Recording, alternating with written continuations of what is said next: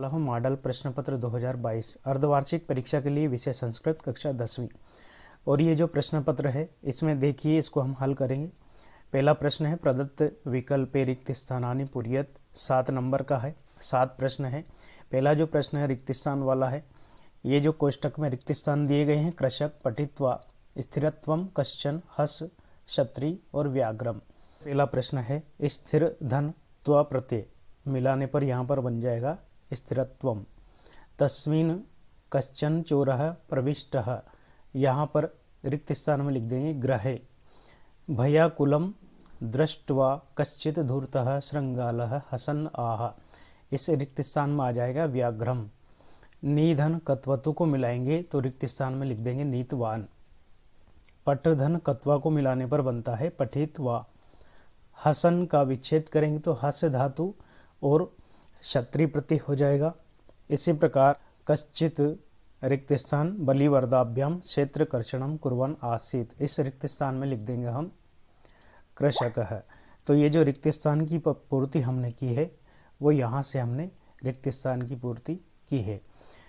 प्रश्न नंबर 2, अधोलिखिता नाम प्रश्न नामोत्तराणि एक पदेन लिखत, 7 अंक। एक पद में उत्तर देने वाले प्रश्न हैं, 7 नंबर के हैं 7 प्रश्न। पहला प्रश्न है काकचेष्ट है विद्यार्थी कीदृश है छात्र मन्यते, इसका उत्तर हो जाएगा आदर्श छात्र है। अत्र जीवितम कीदृशम जातम, तो इसका उत्तर हो जाएगा दुर्वहम। आलस्यम इत्यस्य विलोम पदम किम भवति, आलस्य का विलोम पद क्या होता है, तो ये लिख देंगे उद्योगः।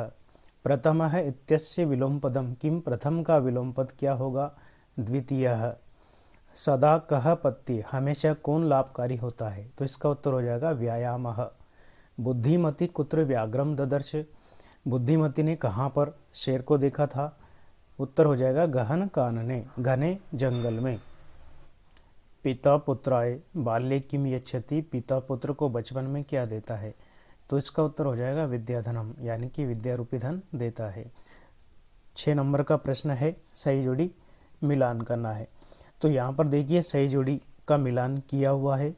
द्वितीय विभक्ति द्विवचनम, द्विवचन है। तृतीय विभक्ति एक वचनम, तृतीय विभक्ति एक वचनम का रूप कौन सा होगा, रामेण। षष्ठी विभक्ति का रूप होगा मम।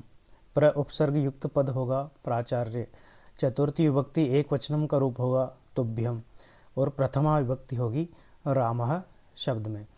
अब अगला प्रश्न है शुद्ध वाक्यानाम समक्षम आम, अशुद्ध वाक्यानाम समक्षम न इति लिखत। शुद्ध वाक्यों के सामने आम, अशुद्ध के सामने न लिखना है। ये भी 6 नंबर का प्रश्न है। अभवत अत्र लिट लकार अस्ति, अभवत में लिट लकार है, ये गलत है क्योंकि अभवत में यहाँ पर लय लकार है, तो यहाँ पर हम लिख देंगे गलत है इसलिए न।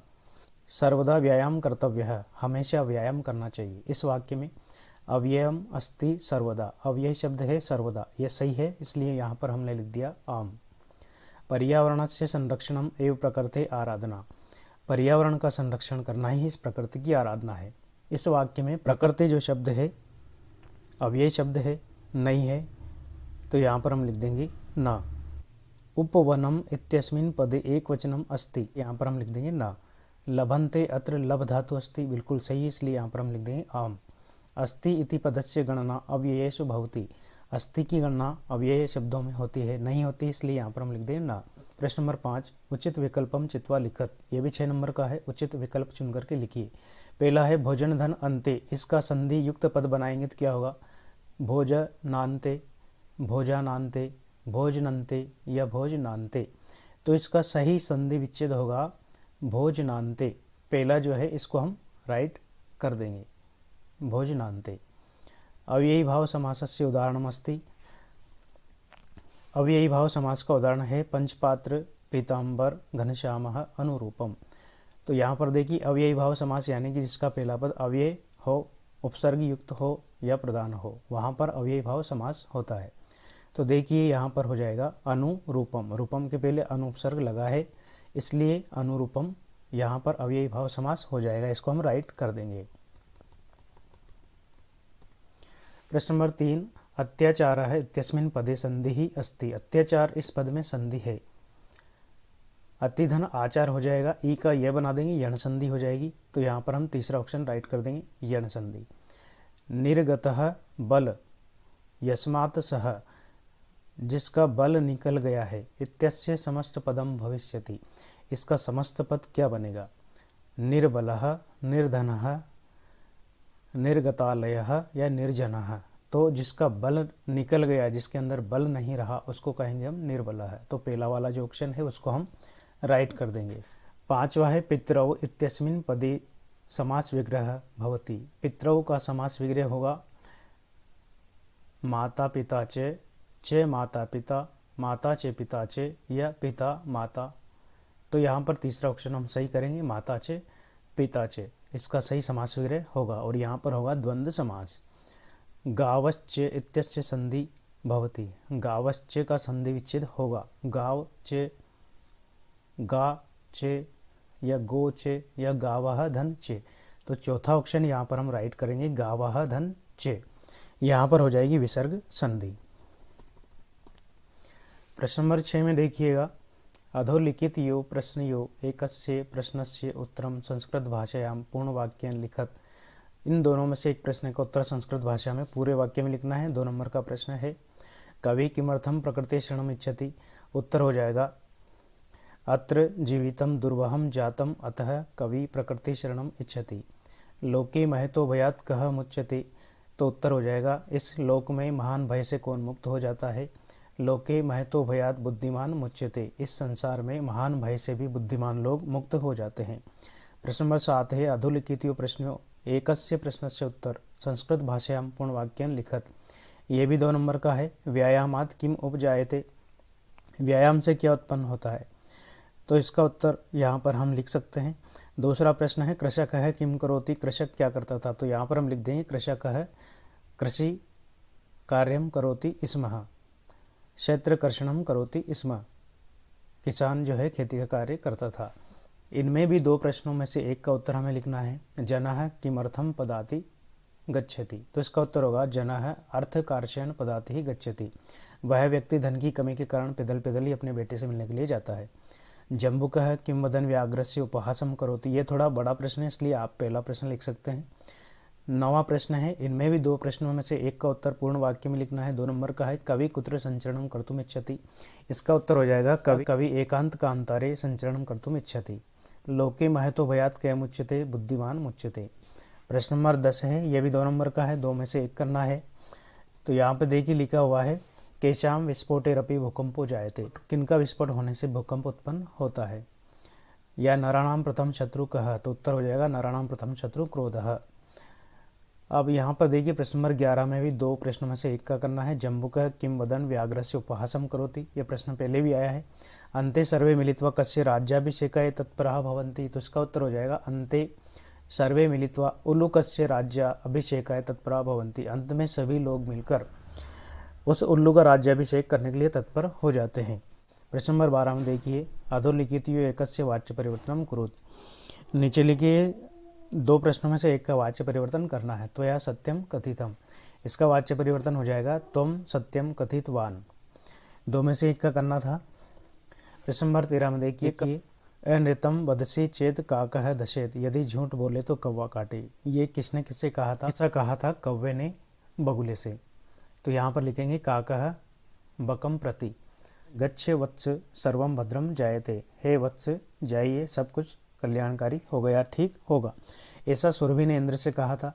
प्रश्न नंबर 14 है, अधोलिखितस्य एकस्य स्थूल पदम आधृत्य प्रश्न निर्माणम कुरुत।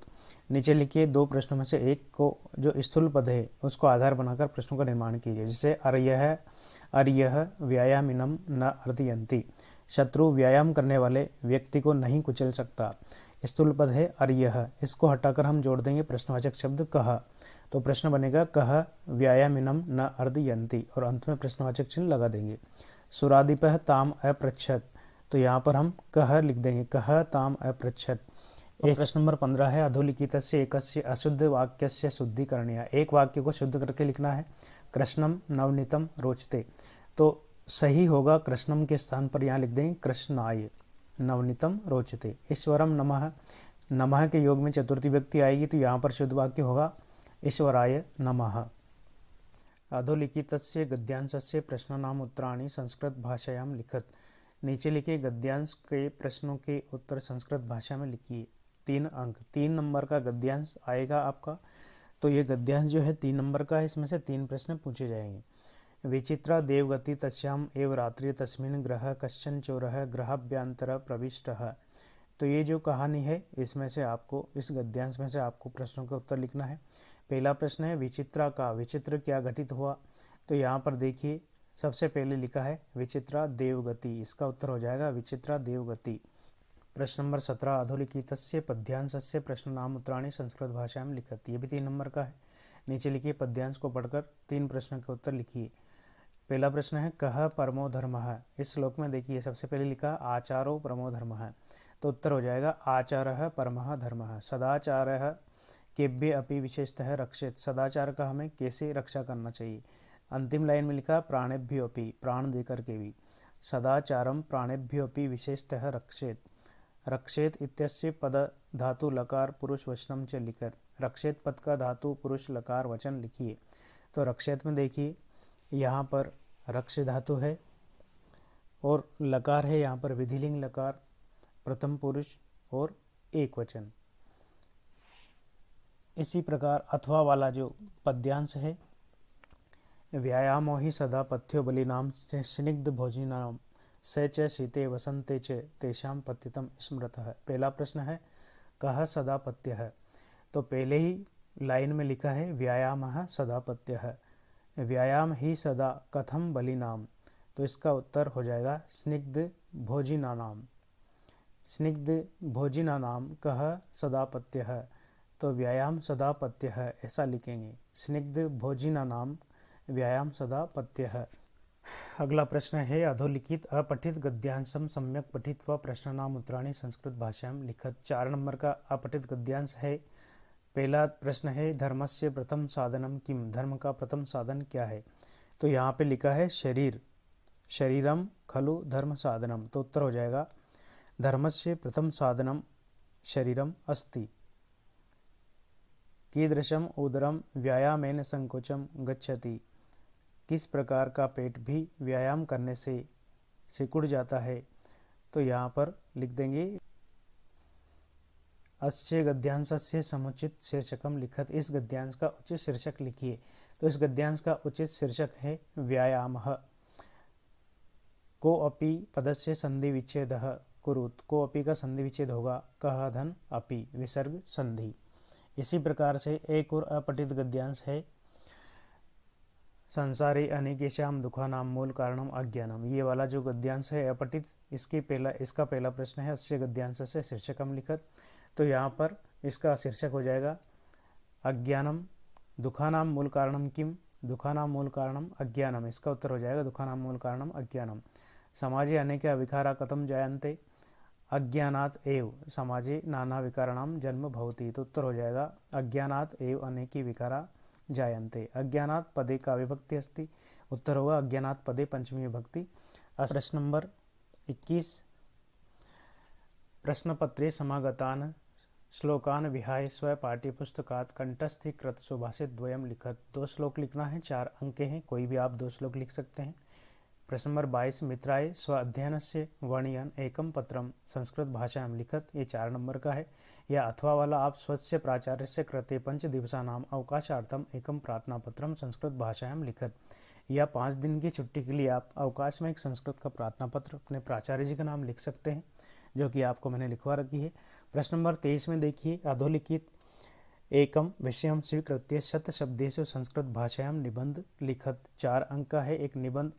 ये 4 निबंध यहाँ पे दिए हैं। संस्कृत भाषा या महत्वम, संस्कृत भाषा का महत्व, महाकवि कालिदास, सदाचार, छात्र जीवनम। इनमें से आप कोई भी एक निबंध लिख सकते हैं। पहला ही निबंध मैंने आपको लिखवाया संस्कृत भाषा का महत्व, और इस वीडियो में भी आपको, इस वीडियो की डिस्क्रिप्शन में भी आपको मिल जाएगा, तो वहाँ जा करके भी आप इस निबंध को देख सकते हैं। छात्रों, आशा करता हूँ कि आपको ये वीडियो जरूर अच्छा लगा होगा। यदि अच्छा लगा हो तो आप मेरे वीडियो को लाइक और चैनल को सब्सक्राइब जरूर कर दें। वीडियो देखने के लिए बहुत बहुत धन्यवाद।